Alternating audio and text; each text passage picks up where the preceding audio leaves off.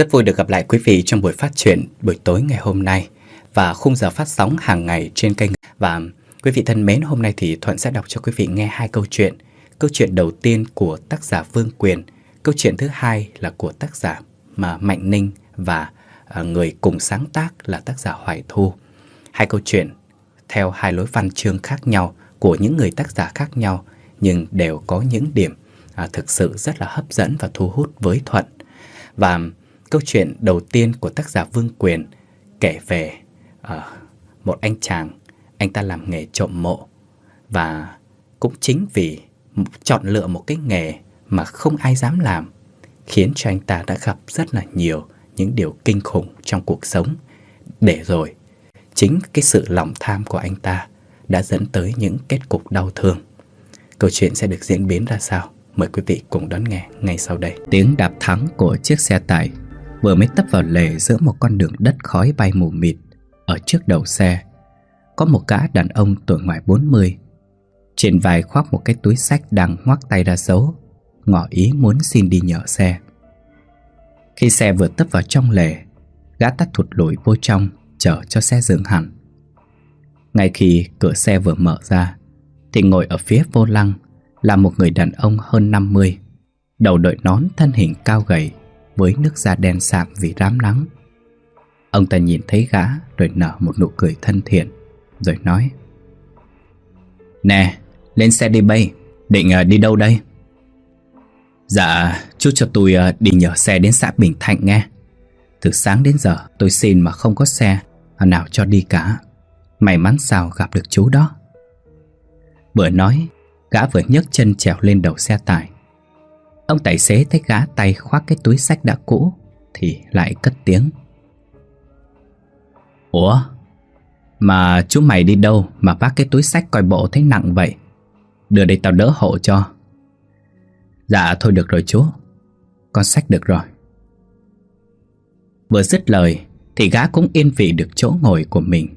Đoạn gã quay sang ông tài xế rồi thở dài nói: "Dạ cảm ơn chú đã cho tôi quá giang xe. Nếu không có chú không biết khi nào tôi mới trở về quê được nữa."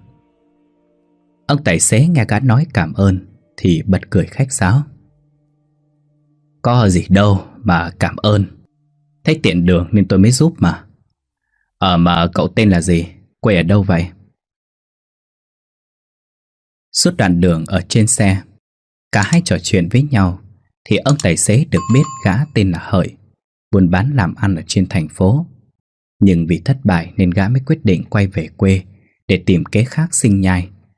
Mà ông nào có biết rằng gã Hợi là một tên trộm, chuyên đi đào mộ của người chết để ăn cắp vòng vàng trang sức đem đi tiêu thụ.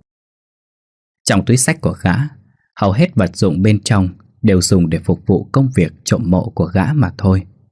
Vì không muốn cho ông nghi ngờ nên gã mới phải nói dối về nghề nghiệp của mình. Cách đây hơn 20 năm, ở dưới quê gã cũng là một người nông dân quanh năm, chỉ biết trồng trọt chăn nuôi. Cha mẹ thì mất sớm nên chỉ còn lại một mình gã chống chọi với cơm áo gạo tiền. Nhưng rồi có đợt mùa vụ bị hạn hán mất mùa, gia súc lại bị dịch bệnh, nên gã mới từ bỏ công việc này mà đi tha phương qua một tỉnh khác làm ăn, kiếm một công việc mới tốt hơn giúp cho gã đổi đời. Cho đến khi gã đặt chân qua biên giới của Campuchia, Hợi có quen với một nhóm người chuyên làm cái nghề đào trộm mộ của người chết. Qua tìm hiểu thì gã nghĩ cái nghề này chắc sẽ giúp cho gã đổi đời được đây. Và rồi gã xin gia nhập vô cái nhóm người này. Kể từ đó gã cũng bắt đầu quen dần với công việc thất đức này.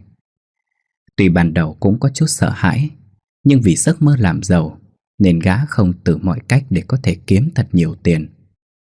Cứ như vậy, gã làm cái nghề này cũng ngót nghét hơn 5 năm. Cho đến một lần, gã cùng đồng bọn lên kế hoạch trộm ngôi mộ của một người phụ nữ giàu có ở trong vùng. Trong lúc vận chuyển số vàng ra khỏi huyệt mộ thì bất ngờ cảnh sát ập đến tóm gọn cả đám. Trong phiên tòa xét xử, Hợi bị kết án 10 năm tù giam. Mãi cho đến hôm nay gã mới được trả tự do. Khi ra tù, gã không biết làm công việc gì nên đành bấm bụng quay trở về quê nhà rồi mới tính tiếp. Đến tối, Xe đưa Hợi đến trước một khu xóm nghèo nằm ở trong xã Bình Thạnh. Gã nói lời cảm ơn ông tài xế thêm một lần nữa, rồi nhảy vọt ra khỏi xe. Giờ đây đứng trước khu xóm của mình, Hợi bỗng có một cảm giác gì đó rất lạ lẫm. Cũng phải kể từ khi gã rời xa nơi này cho đến khi quay về đây suốt bao nhiêu năm, mọi thứ không thay đổi làm sao được.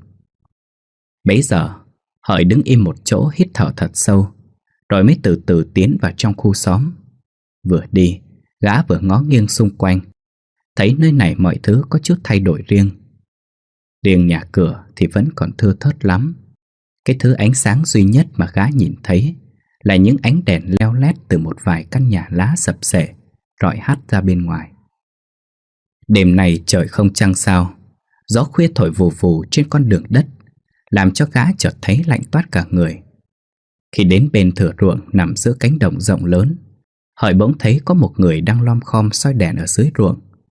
Gã tò mò đứng lại, nhìn cái người đó một lát rồi bất giác gã buột miệng cất tiếng hỏi: "Nè cậu gì ơi, cho tôi hỏi..." Nghe tiếng gọi, cái người đang soi đèn ở dưới ruộng nhổm dậy, nhìn lên thấy gã đứng bên cạnh, đưa tay lên chào. Người kia nheo mắt rồi đáp: Chào anh gọi tôi không biết có gì không vậy?" Cho tôi hỏi đường đi vô nhà của ông bà Công ở đâu vậy? Tôi đi làm ăn xa mãi cho đến hôm nay mới quay về. Thấy đường xá hơi lạ một tí nên tôi không nhìn ra được.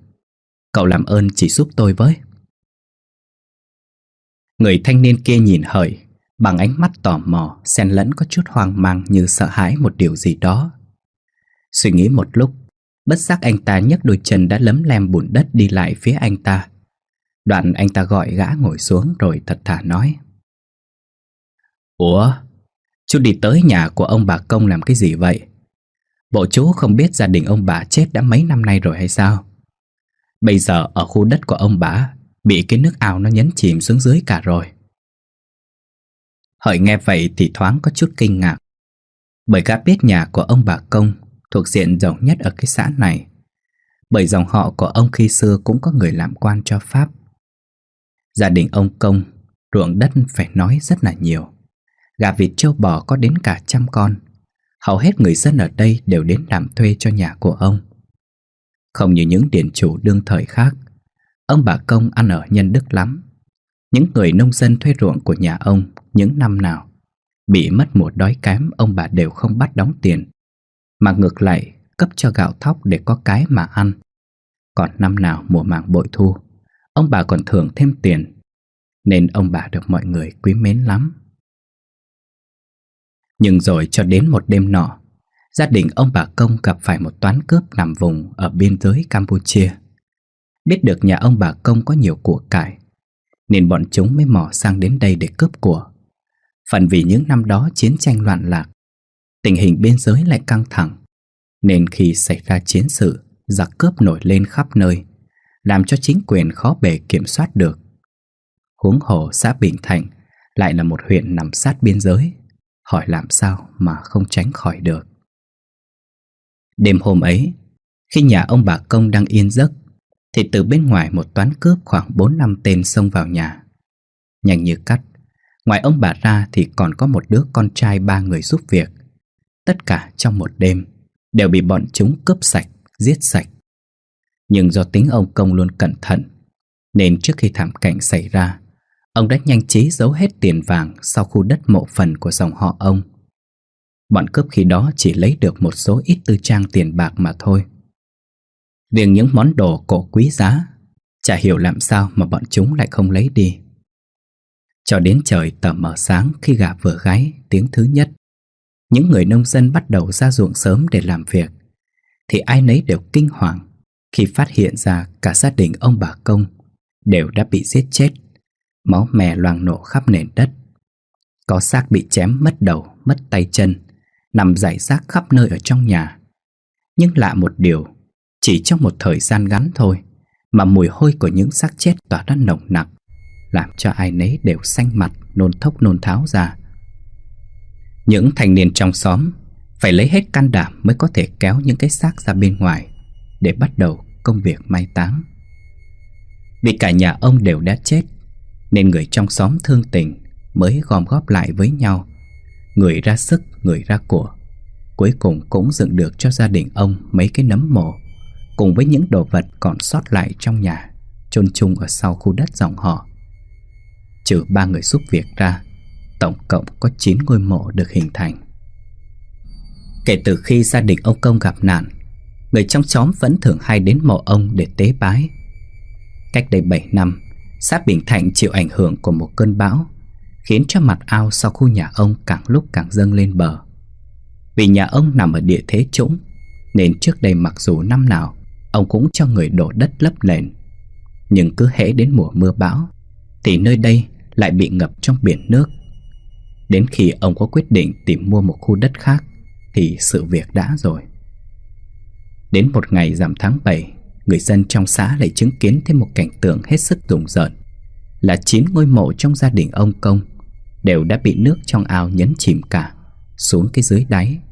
Mặc dù diện tích cái hồ ấy không quá lớn, cũng không quá sâu, nhưng không hiểu làm sao những thanh niên giỏi bơi lội khi cố gắng lặn xuống định kéo những ngôi mộ lên, thì ai nấy đều kinh ngạc khi thấy dưới đáy ao như có một thứ gì đó đã sắp xếp, làm cho 9 ngôi mộ nằm chụm lại một chỗ.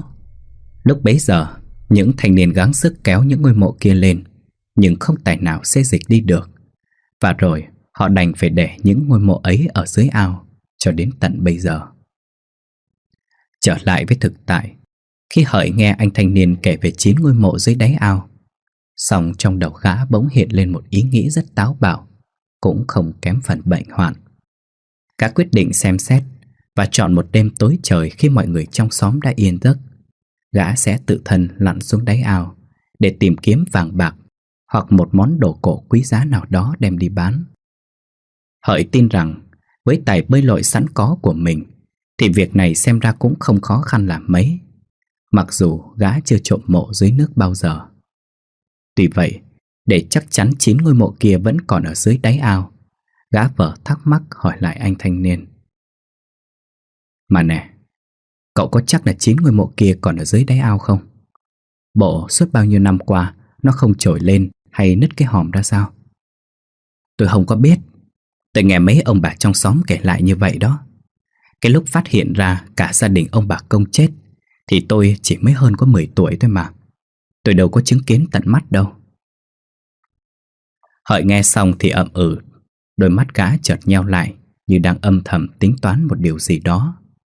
Đoạn gã đứng lên chào anh ta, rồi quay bước đi vào trong sâu trong xóm, trên con đường nhỏ hẹp. Bấy giờ anh thanh niên nọ cũng nhìn theo bóng lưng gã. Trong đầu chợt suy nghĩ không biết gã ta là ai. Sao lại hỏi kỹ về mấy ngôi mộ như vậy? Suy nghĩ một hồi vẫn không biết gã là ai, anh đành chép miệng không để ý đến nữa, liền cầm cây đèn bão lên, tiếp tục lội xuống ruộng để mò cua bắt ếch.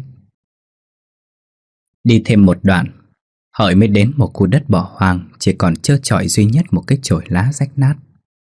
Tại đây chính là cái miếng đất ngày xưa mà gã đã từng ở. Sau vài phút, gã mới từ từ đi lại cái chổi lá rách nát bên cạnh. Còn có một cái cây trứng cá đã chết khô từ bao giờ. Đứng tần ngần một lúc, Hợi mới lấy một nhúm cỏ khô trụm lại, rồi châm lửa đốt lên để tìm chút ánh sáng. Khi thấy lửa đã cháy phừng, gã mới tiến vào bên trong cái chổi lá, dọn dẹp qua loa xung quanh. Bấy giờ, trời càng lúc càng về khuya. Ở bên đống lửa, Hợi ngồi xếp bằng lục trong cái túi xách ra kiểm tra những dụng cụ cần thiết, để tối ngày mai gã bắt đầu trộm mộ. Nhìn những vật dụng được bày ra dưới đất, gã hài lòng lắm. Bèn nghĩ thầm, coi như số của mình vẫn còn may lắm, không đến nỗi lâm vào đường cùng. Đoạn gã nhanh tay cất lại mọi thứ vào trong túi xách, rồi đi vào trong cái chòi ngủ tạm qua đêm nay. Qua hôm sau, gã ra khu chợ để mua thêm một số cần thiết. Khi đi ngang qua một quán nước ven đường, Hợi mới ghé vào định ăn một chút gì đó, vì bụng của gã đã sôi lên ủng ục. Khi vừa đặt mông ngồi xuống ghế, thì Hợi nghe được ở bàn bên cạnh có giọng nói của một người đàn bà, thân hình gầy nhom cất lên sầm sì, nhưng cũng đủ để cho gã nghe thấy được. Nè, mấy người biết chuyện gì chưa? Thằng Ngũ đó, cái thằng mà hay phá làng phá xóm của mình nè trời. Trời ơi, nó chết rồi. Mới hồi sáng sớm này tôi với mấy ông đi mận ruộng, ngang qua cái ao nhà của ông Công đó. Tôi với mấy ông tình cờ nom thấy được một cái xác người nằm ở trên bờ. Tụi tôi mới tò mò chạy lại xem, thì biết đó là thằng Ngũ đó. Mà... Nói đến đây, bà ta chợt khựng lại, như sợ có ai đó nghe thấy. Vài giây sau bà ta mới đưa gương mặt thoáng có chút sợ hãi mà trầm giọng tiếp. Mà cái mặt của nó khi chết nhìn thấy ớn lắm, không như mấy cái người chết đuối bị trương phành lên đâu. Mà cái mặt của nó như bị ai đó rạch nát hết cả rồi. Bây giờ kể lại, ui giời ơi, còn thấy ớn hơn đây này. Lúc bấy giờ có một ông bác thắc mắc hỏi: Chàng ơi, thiệt không vậy bà? Vậy rồi cái xác của nó đâu rồi? Người nhà có biết chuyện chưa? Nó bỏ nhà đi lâu rồi. Mà dù tía nó có biết đi nữa thì ông chắc gì có tiền mà làm đám ma cho nó. Ông thì suốt ngày nhậu nhẹt, say quắc cần câu, rồi có biết cái gì đâu. Mới nãy ông nghĩa nặng, còn cho người đi báo cảnh sát biết, rồi chờ cho họ tới giải quyết chứ biết làm sao mà đặng. Ai nấy nghe đến đây thì mặt mày đều có chút sợ hãi, không biết lý do vì sao mà thằng Ngũ lại chết ở ngay cái ao nhà ông Công như vậy. Những người khác mới vào quán nghe thoáng được câu chuyện đó thì họ liền sầm xì bàn tán với nhau liên hồi. Người thì cho rằng thằng Ngũ cờ bạc thiếu nợ, bị người ta giết chết vứt xuống ao. Người thì cho là nó nhậu nhẹt say xỉn. Người cảm thấy nóng bức nên xuống ao tắm mới xảy ra chuyện. Cứ như vậy, cả cái quán ăn bỗng chốc rộ lên tin đồn bí ẩn về cái chết của thằng Ngũ. Hợi lúc ấy nghe xong câu chuyện, gã không tin lắm về những gì mà người đàn bà kia kể. Tuy vậy chuyện đó cũng không làm cho gã cảm thấy chùn chân lo sợ. Sau khi ăn uống và mua một số đồ cần thiết xong, gã mới quay lại cái chòi của mình để nghỉ ngơi, chờ đến khi trời tối hẳn sẽ bắt đầu hành động. Khuya hôm ấy, khi gã đã ngủ một giấc thật dài, Hợi mới ung dung dậy chuẩn bị một vài món đồ dành cho việc trộm mộ, rồi rời khỏi căn chòi.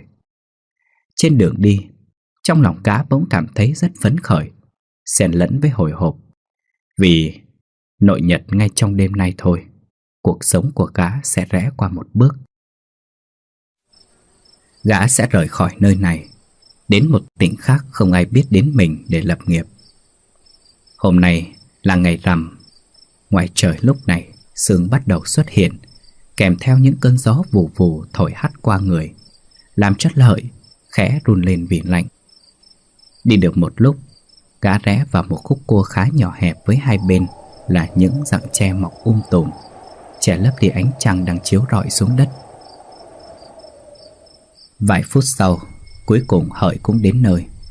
Trước mặt gã bây giờ là một căn nhà gạch cũ đã đổ nát theo thời gian, với mái ngói lâu đời đã phủ kín rêu xanh, tọa lạc bên cạnh một cái ao nước khá lớn, cách đó hơn vài chục thước.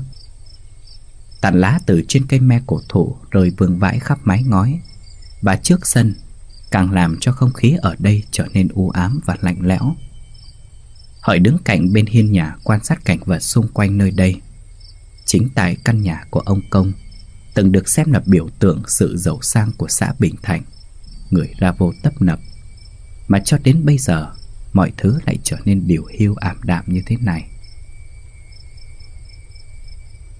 Đứng tận ngần được một lúc, gã mới hít một hơi thật sâu thở ra, rồi từ từ tiến vào trong căn nhà, xem trong đấy còn sót lại món đồ quý giá nào hay không. Vừa đi, tay gã vừa soi bó đuốc được thắp lên bằng những cọng rơm khô để quan sát cho kỹ. Thế nhưng gần một tiếng đồng hồ mà Hợi chẳng tìm được thứ gì cả. Bên trong bây giờ chỉ toàn là cỏ dại, mạng nhện răng đầy, cùng với mùi ẩm mốc tỏa ra mà thôi. Khi thấy không còn gì, gã mới chép miệng tỏ ra thất vọng, rồi quay bước đi sau nhà. Phía bên tay trái trước mặt của gã cách vài chục thước là một cái ao nước khá lớn. Vì khu đất ở nơi này nằm ở địa thế trũng, lại suốt bao nhiêu năm bị ảnh hưởng bởi mưa gió, càng làm cho cái ao dần trở nên lấn át hơn vào bờ.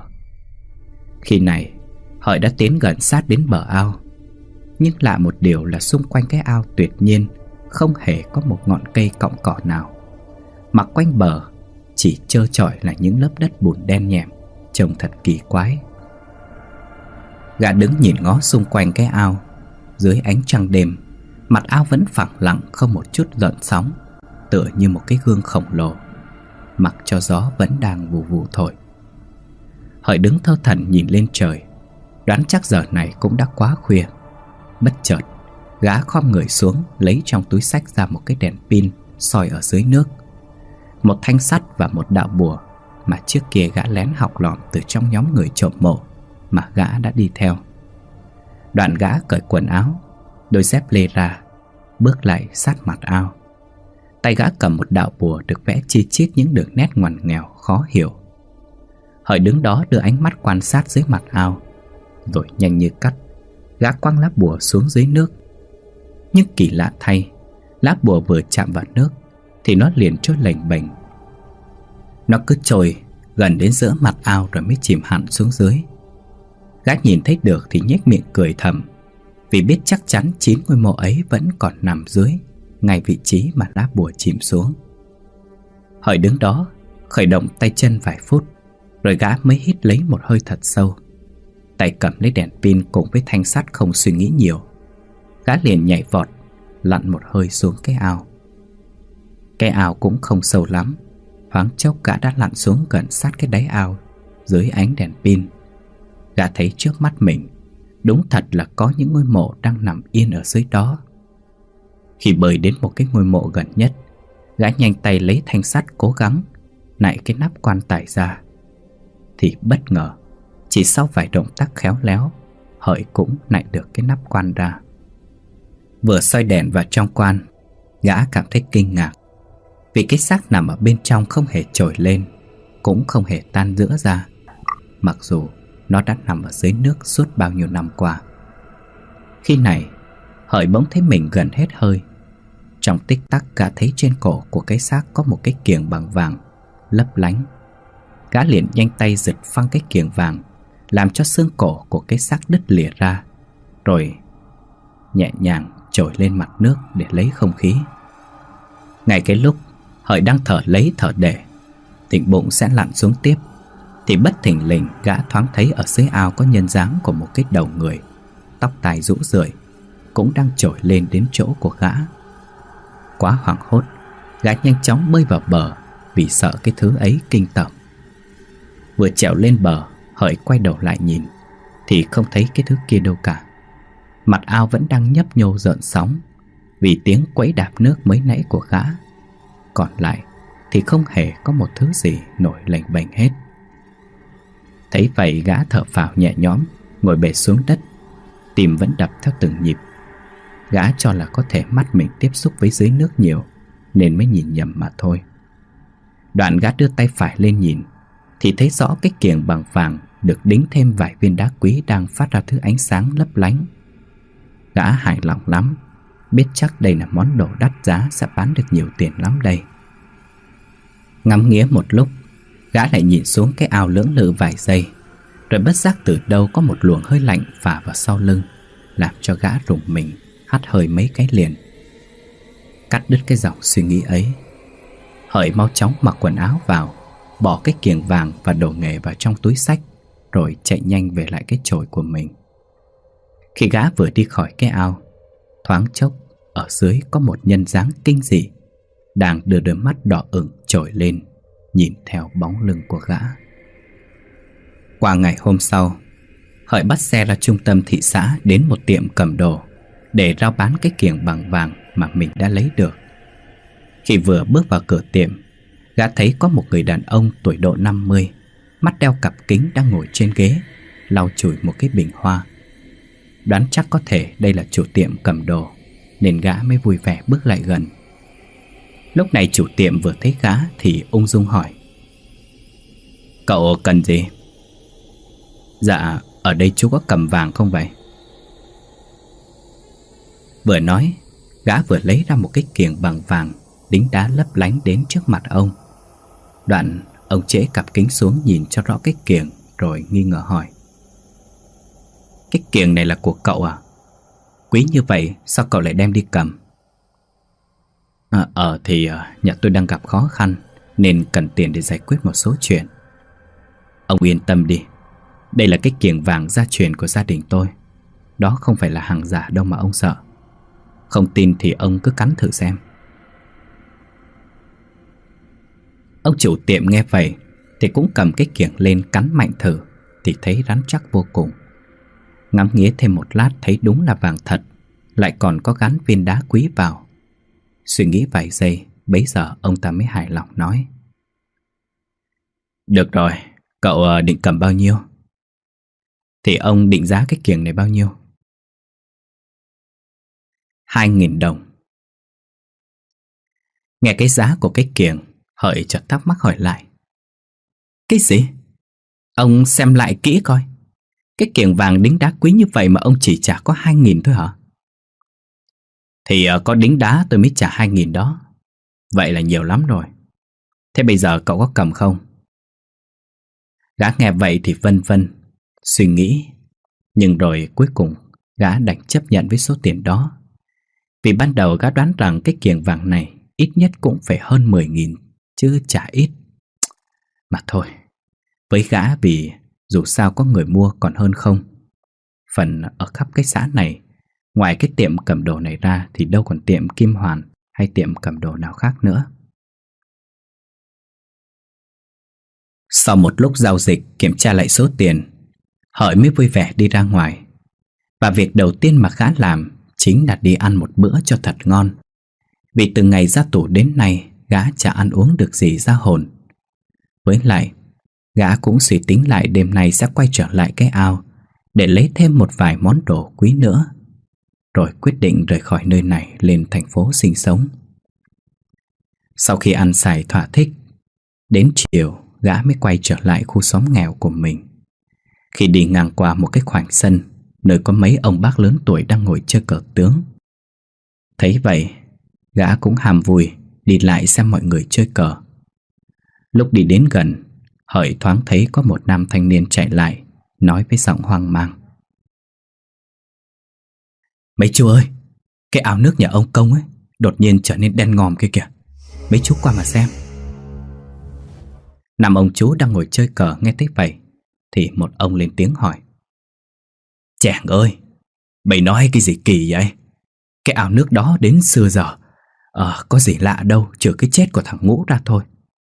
Mà ở dưới đó có mấy ngôi mộ của nhà ông Công, trước giờ có ai dám bén mảng tới nữa đâu. Mà bây làm cái gì ở đó mà biết? Thì lúc nãy còn đi ngang qua chỗ đó tìm thêm một ít tre để đem về dành bắt lửa. Đang ôm bó tre khô định quay về thì con vô tình thấy cái ao nước nó nổi bong bóng lên, rồi chuyển sang một màu đen lan khắp mặt ao. Con mới thấy hoảng quá nên chạy về đây nói với mấy chú biết nè. Cả đám người nghe anh ta kể lại thì nửa tin nửa ngờ. Nhưng vì trời vẫn còn chưa tối nên mọi người quyết định đến cái ao đó xem sự thể ra sao. Riêng Hợi khi nghe xong cái sự lạ này thì trong lòng gã bỗng cảm thấy có chút ngờ ngợ. Là vì mới đêm qua chính gã đã lặn xuống ao, thấy màu nước vẫn trong xanh, không có dấu hiệu gì bị đục lờ hay chuyển màu cả. Khi đám người vừa chạy đi xem lúc này, máu hiếu kỳ của gã nổi lên, rồi cũng chạy theo đến cái ao xem như thế nào. Khi đến cái ao, Hợi thấy ở ngoài đó mấy ông chú mới chơi cờ ra thì còn có thêm một vài người nữa đang vây quanh cái ao nhìn xuống. Đoạn gã mới nhanh chân bước lại, đưa mắt nhìn theo thì một cảnh tượng kỳ quái hiện ra trước mắt của gã. Ngay dưới cái ao nước bây giờ không còn là một màu đen như anh thanh niên kể lúc nãy nữa, mà khắp mặt ao toàn là những cành lá khô nước, trở nên vấn đục, không còn trong xanh như gã mới thấy hôm qua. Trong lúc mọi người đang thắc mắc vì sao xung quanh cái ao không một cây cỏ mọc lên mà lại vương vãi cành lá cây khắp nơi như vậy, thì bất thình lình ở giữa cái ao xuất hiện từ đâu một dòng xoáy đang cuốn những cành lá, mọi thứ dơ bẩn xuống dưới nước. Nhìn dòng xoáy mà gương mặt ai nấy đều thất kinh, vì đây là lần đầu tiên mà họ thấy hiện tượng kỳ quái đến như vậy. Dòng xoáy cứ thế hút mọi thứ xuống dưới nước, cho đến vài phút sau thì mặt ao lại trở nên phẳng lặng như tờ, không còn hiện tượng gì xảy ra nữa.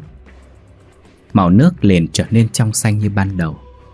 Trước sự lạ này, mọi người bắt đầu hoang mang cho là những ngôi mộ ở dưới đã làm ra chuyện này, nên từ đó không một ai dám đến đây nữa.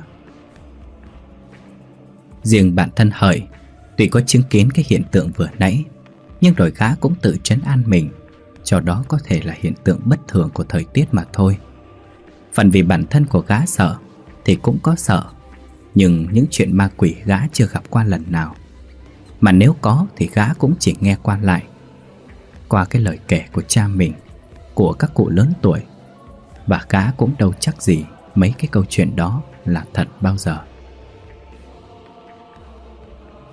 Gã đứng nghĩ ngợi mông lung được một lúc thì lặng lẽ quay người bỏ đi, để lại mọi người trong xóm luôn miệng bàn tán không ngớt chuyện lạ vừa xảy ra. Trở về căn chòi của mình, Hợi lấy lau chùi thanh sắt và cái đèn pin cho sạch đất cát, rồi gã lê thân vào trong góc phủ mấy cái đống rơm nằm xuống. Ở bên ngoài, bầu trời hôm nay bỗng u ám lạ thường.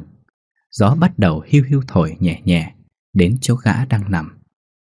Cảm nhận được từng cơn gió mát mẻ, làm cho gã chợt thiếp đi lúc nào không hay.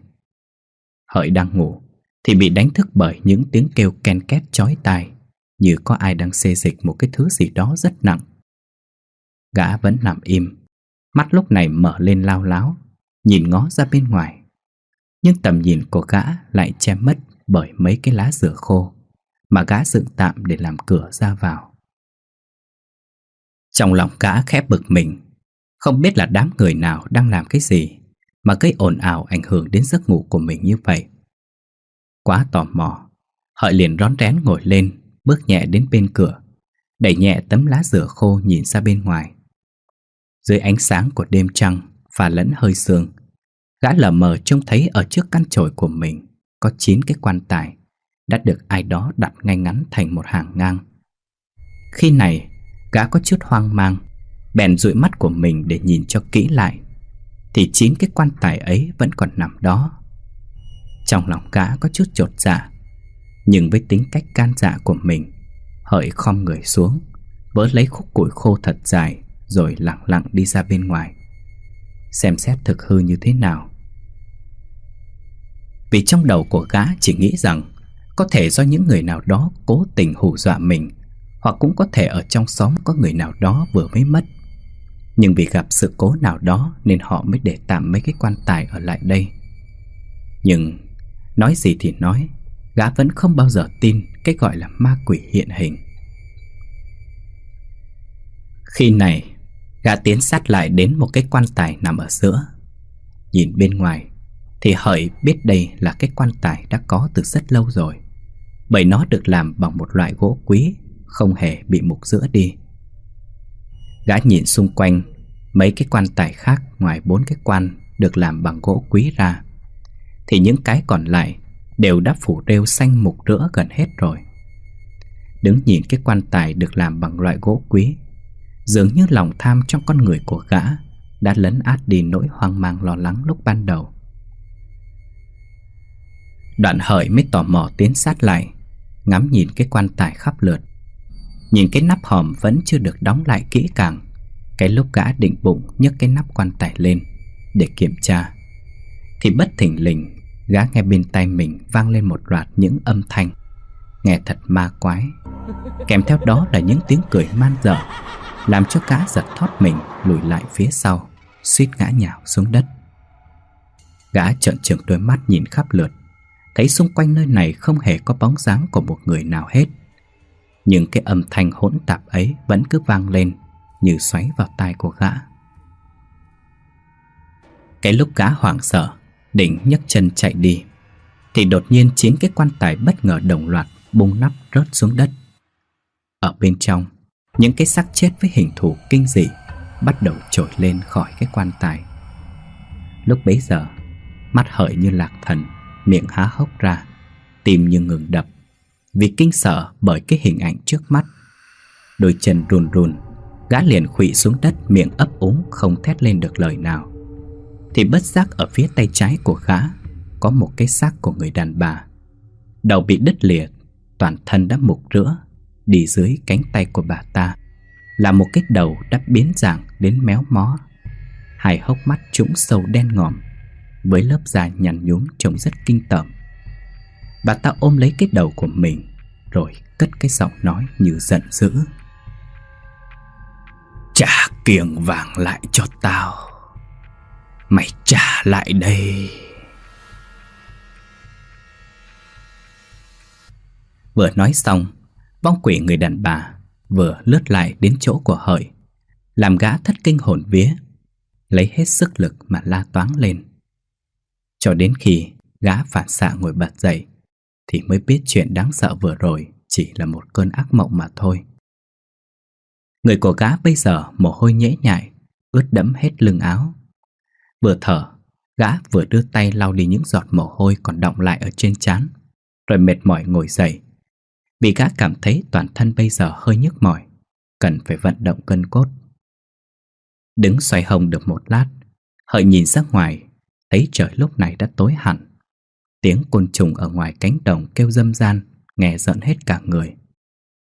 Cũng may hôm nay là 16, trăng lúc này rất to và sáng. Gã không phải châm đuốc để soi sáng đường. Sực nhớ ra điều gì, gã liền bước đến cái túi xách rồi ngồi xuống kiểm tra cái đèn pin và thanh sắt của mình thêm một lần. Rồi gã ung dung đứng lên, đi ra cái chòi của mình. Trên đường đi, Hợi bỗng nhớ lại cái giấc mơ kinh dị vừa rồi. Gã có cảm giác nó chân thật lắm, cứ như vừa mới xảy ra mới đây thôi. Nhưng rồi gã lắc đầu xua tan đi cái hình ảnh ấy, bởi gã chỉ nghĩ đơn giản rằng đó hoàn toàn chỉ là giấc mơ mà thôi, nó không hề có thật.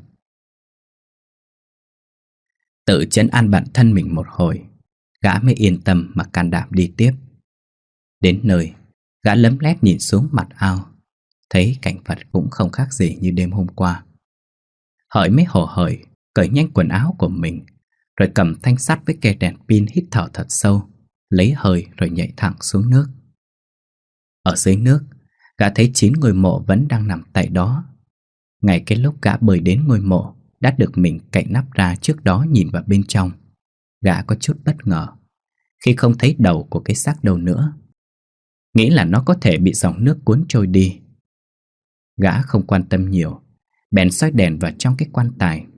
Gã thấy có một cái bình trà vẫn còn nguyên vẹn, liền mừng thầm trong bụng, nhanh tay chụp lấy cái bình rồi quay người trồi lên mặt nước. Khi này, Hợi trồi gần lên mặt nước để thở, thì bất thình lình gã cảm giác cái chân của mình như có một thứ gì đó đang bám vào. Theo phản xạ, gã liền cúi xuống nhìn, thì chợt gã thất kinh, tay chân bắt đầu quẫy đạp lia lịa. Là vì gã vừa nhìn thấy ở dưới chân mình có một cái đầu người, nó đang dùng tóc của mình quấn chặt lấy bàn chân, kéo giật ngược lại, không muốn cho gã trồi lên mặt nước. Mặc dù sợ hãi, nhưng gã cố kiềm nén cảm xúc để không mở miệng ra vì sợ bị ngộp nước. Dù vậy, gã vẫn giáng sức quẫy đạp đôi chân để thoát khỏi cái mớ tóc kinh dị đang quấn chặt lấy chân của mình. Và thật may, sau vài giây quẫy đạp, Hợi thoát được, bèn dùng hết sức bình sinh của mình trồi thật mạnh lên mặt ao. Bấy giờ, gã vừa ngoi đầu lên thì thở lấy thở để, miệng không ngớt hét lên để cầu cứu. Tuy là nửa đêm, nhưng ở ngoài đồng vẫn còn có một số người đi mò cua bắt ếch gần đó nghe được tiếng la của gã. Biết là ở trong xóm mình có nhiều người gặp nạn, ngay lập tức mọi người réo gọi nhau chạy đến theo tiếng la ấy. Đến nơi, ai nấy cũng đều thất kinh khi thấy Hợi đang chơi vơi giữa dòng nước. Hai tay của gã đưa lên của quạng cầu cứu. Trước tình huống đó, có 3 anh thanh niên chạy lại nhảy xuống ao, bơi đến, mong sao có thể cứu được gã. Nhưng cái lúc mà 3 người bơi gần đến chỗ của gã, thì thoáng chốc Cả ba người gương mặt tái mét liền quay trở ngược bơi lại vào bờ, mặc cho gã ngoi lên tụt xuống, miệng uống bao nhiêu là nước. Khi cả ba người lên đến bờ thì cũng là lúc gã chìm hẳn xuống dưới nước, không còn ngoi lên cầu cứu tiếng nào nữa. Một ông bác ở trên bờ thấy vậy thì liền tức giận trách cả ba người thanh niên kia. Tổ cha tụi bay, sao tụi bay không kéo người ta vô mà lại quay về? Bây giờ người ta chết luôn rồi kìa, thấy chưa? Tụi bay bất nhân quá mà. Nghe thấy ông bác và những người khác không ngớt trách móc mình, cả ba anh thanh niên đưa mắt nhìn nhau, ai cũng tỏ vẻ sợ hãi lắm. Lúc này có một anh thanh niên tuổi ngoài 30, run rẩy vì lạnh, liền bước tới trước ông bác gương mặt hoang mang, nói với giọng ấp úng. Dạ, chú Năm ơi, không phải tụi con không cứu người ta, mà ở dưới nước mới lúc nãy tụi con có thấy... Cái gì? Ở dưới đó có cái gì? Dạ, có ma già đó chú. Tụi con nhìn thấy thật mà. Lúc tụi con bơi đến gần thì ở sau lưng người đó có một cái đầu nhơ nhuốc nhìn ớn lắm, lôi tuột cái người đó xuống nước lại. Tụi con sợ quá mới bơi lại vào bờ nè. Lỡ xùi bị nó lôi xuống luôn thì sao? Mọi người nghe đến đây thì gương mặt ai nấy đều hiện lên một nỗi hoang mang lo lắng. Bởi từ trước đến giờ có ai thấy ở hồ này có ma da bao giờ, ngoài 9 cái ngôi mộ đang nằm ở dưới đáy ao. Sao đột nhiên đêm nay lại có người chết đuối ở cái ao này? Vậy thì cái người vừa mới chết đó là ai? Khi này, những người có mặt tại đây ai cũng theo đuổi một cái suy nghĩ cho riêng mình, để đoán xem cái người vừa mới chết dưới ao là ai. Sau giây phút suy nghĩ, lúc này ông Năm mới lo lắng nói. Mà thôi, người chết thì cũng đã chết rồi. Để sáng ngày lặn xuống vớt cái xác của người đó mới biết được là ai. Bây giờ trời tối lắm rồi, không có nên lặn dưới đó tìm được. Ngộ nhỡ có ai bị gì nữa thì biết xoay sở làm sao. Tạm thời mọi người về nhà cả đi, sáng sớm ngày mai rồi hãy quay lại. Nghe xong thì ai nấy tay xách cần câu, tay xách cái rổ, tay xách dây lưới quay bước trở về nhà. Bởi từ sau khi nghe câu chuyện ở dưới nước có con ma già thì ai nấy đều sợ hãi. Dù giờ có cho vàng đi nữa cũng không ai dám lặn xuống để vớt cái xác lên đâu. Khi mà mọi người dần đi khuất rồi thì đột nhiên ở giữa dòng nước, xác của gã Hợi bỗng nổi lềnh bềnh. Tay của gã vẫn đang nắm chặt cái bình trà cổ, như thể không chịu buông ra vậy. Ngày hôm sau, khi trời vừa tờ mờ sáng thì người dân trong khu xóm bắt đầu tụ tập lại cái ao nhà ông Công để xem người ta tìm xác của gã Hợi. Thế nhưng khi một số người đầu tiên đến chỗ cái ao thì ai nấy cũng đều bất ngờ khi nhìn thấy cái xác của gã đã nằm ở trên bờ từ bao giờ. Toàn thân đã có dấu hiệu trương phình nứt nẻ, nhìn thật dị hợm. Đám con nít tò mò nhìn thấy được thì sợ hãi chạy ra chỗ khác, không dám nhìn cái xác chết nữa. Lúc này trên tay gã vẫn đang nắm chặt lấy cái bình trà cổ. Thấy vậy, một người đàn bà với gương mặt hoang mang nhanh miệng lên tiếng. Chàng ơi, cái người này là ai vậy? Sao tự nhiên lại chết ngay cái ao này vậy? Nhìn ớn quá bà con ơi. Ai biết đâu, hôm qua tôi nghe thằng Cỏ nói cái ao nhà ông Công có người chết đuối, mà tôi không có dám ra coi đâu. Sáng này thấy mọi người túm tụm nhau đi coi cho biết, nên tôi mới theo nè. Mà mọi người nhìn kìa, trên tay của người đó có cầm cái bình gì thì phải. Vừa lúc đó, có mấy người đến gần xem trên tay của gã đang cầm cái bình gì, thì bất giác có một giọng nói ngăn lại. Bà con chờ đã. Nghe giọng nói, vài người quay lại thì thấy đó là ông xã trưởng.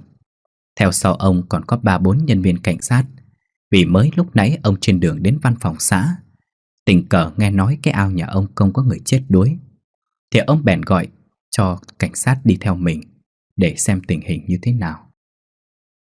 Thấy ông xã trưởng, người dân liền đứng sang bên cạnh để ông đi vào. Vừa kịp nhìn thấy cái xác thì ông nhăn mặt khó chịu quay đi chỗ khác. Đoạn ông quay sang nói với mọi người.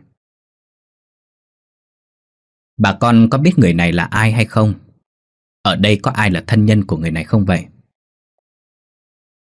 Nghe ông hỏi thì hầu hết mọi người đều lắc đầu, không biết lục soát trong người của gã thì không có một bất kỳ giấy tờ tùy thân nào. Sau một lúc tìm hiểu thấy không có nghi ngờ gì, ông liền cho cảnh sát khiêng xác của gã về trụ sở xã. Và kể từ đó sau cái chết của gã Hợi, hầu như không một ai dám lui tới cái ao này nữa.